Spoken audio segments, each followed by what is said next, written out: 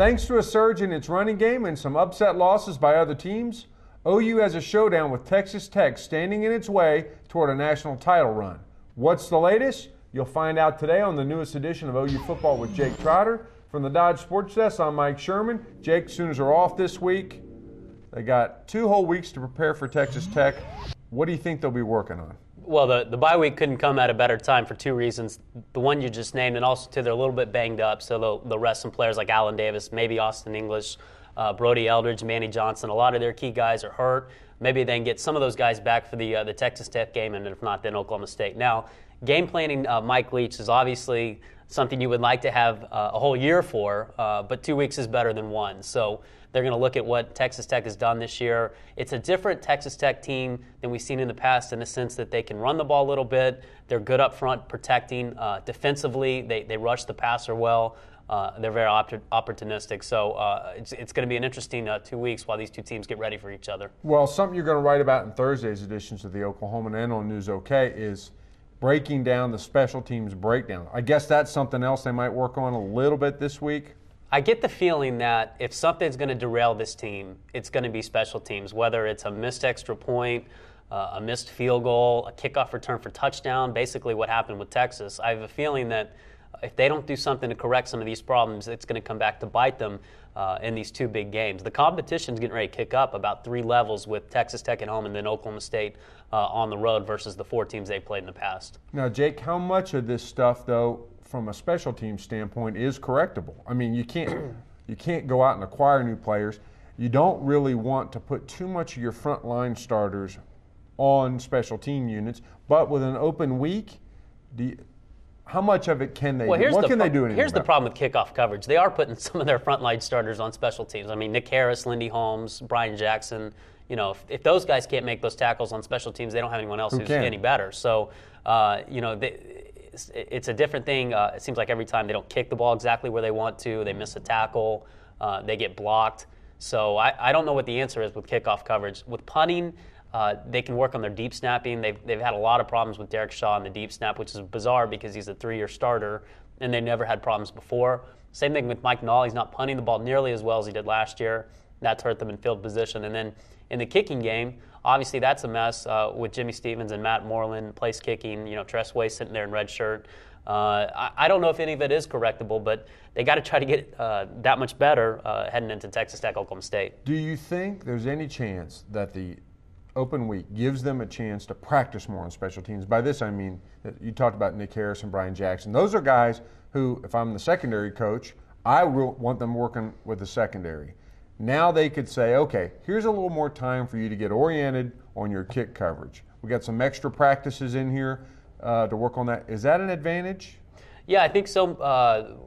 Especially a lot of these guys have been thrown on kickoff coverage midway through the season. Lindy Holmes, Brian Jackson, Travis Lewis, Keenan Clayton, those guys were just put on the unit, you know, after, I guess, the Texas game or after the Kansas State game, whenever.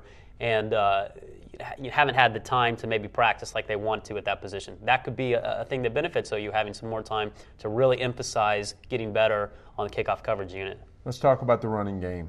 Sooners had a big game down at College Station, running the football, looked really unstoppable. What is the real OU running game? The one we saw in the Cotton Bowl against Texas that really struggled, or the one we've been seeing in recent weeks, especially Saturday? Well, it's interesting. Texas Tech is going to really test this running game because it is the best defensive team they've played since Texas and maybe since TCU. The running game has been a lot better for a number of reasons. First of all, the wide receivers are blocking better downfield. The tight ends are blocking better. They're cutting people loose. That's what happened on the DeMarco Murray run, 70 yards at the beginning of the game, is he had no – I mean, I could have run at least maybe 30 yards before I'd gotten run down, but the holes were gaping because people are blocking downfield. The offensive line is blocking with attitude. They're knocking people to the ground. They're basically starting to live up to that potential we thought that they would beginning of the year. And then the last thing is DeMarco Murray and even Chris Brown to a lesser degree are showing the ability to make people miss like they did last year. I think Brown was doing it already, but DeMarco Murray is really doing it now. So, I don't know if he's the same guy he was last year completely, but he's a lot closer now than he was against Texas. That sign that he making people miss, I saw a couple times in the game, and the people I watched the game with were saying that looked like the DeMarco Murray of old. Is he coming around to that, though, do you think? I don't think he's there yet. I think he's coming around to it, definitely. I think he's close. I think he was probably 75% of the way there against Texas. I think he's like 93, 94 now. Interesting. Another interesting stat is you're starting to see this come out in the OU game notes as pancake blocks. So that's a fairly good sign that the offensive line, which really is a bunch of big guys, but had somewhat been criticized for being more of a finesse blocking. You're seeing more of a power approach from them. Yeah, and they're still finesse blocking well in the pass game. They've been really good at protecting Seth Bradford really for the last 2 years. But at times the attitude with the run block hasn't been there. It's been there the last 4 games. Okay, let's switch to the other side of the ball. You wrote that OU is really starting to figure out its defensive problems, that they've tuned things up. Now comes 2 weeks to prepare for Graham Harrell, who seems to be the Heisman Trophy leader right now in the race, and then Michael Crabtree. How will they match up, first of all, with Crabtree? Well, they're going to have to do a lot of different things. They're going to have to obviously, tackle him when he gets the ball. They can't let him run free. You got to keep him in front of you. Last year, they let him get away behind the secondary a couple times. It really hurt them in the first half. So Lindy Holmes, Nick Harris are going to have to keep Crabtree in front of him. Dominique Franks and Brian Jackson, when he does catch the ball, because he's going to catch the ball sometimes, they have to tackle him right away. The defensive ends, and you look at sort of it sounds like the defensive ends are the deepest position on the OU roster. You had Frank Alexander playing for the first time. How'd he look? Oh, he looked terrific. You mentioned defensive end depth. Coming into this year, there was no position where they were deeper than defensive end. They had like 7 or 8 guys you could see. And we're seeing it. Well, the problem is now is they lost John Williams. They lost Austin English to injury. They redshirted R.J. Washington.